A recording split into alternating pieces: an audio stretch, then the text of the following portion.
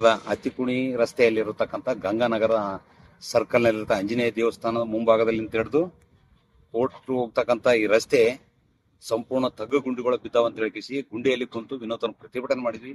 ಅದಕ್ಕೆ ಎಚ್ಚೆತ್ತುಕೊಂಡು ಇವತ್ತು ನಗರಸಭೆ ಅನ್ನೋದ ಮರಮಾಗಿ ಸ್ವಚ್ಛತೆ ಮಾಡ್ತಕ್ಕಂಥ ಕೆಲಸ ಮಾಡಿದ್ರು. ಆದ್ರೆ ಇಷ್ಟಕ್ಕೆ ಆಗೋದಿಲ್ಲ, ಮುಂದಿನ ದಿವಸದಲ್ಲಿ ಇದಕ್ಕೆ ಸಂಪೂರ್ಣ ಡಾಂಬರೀಕರಣ ಮಾಡ್ಬೇಕಂತಕ್ಕಂಥದ್ದು ನಂದು ಆಗ್ರಹ ಅದ.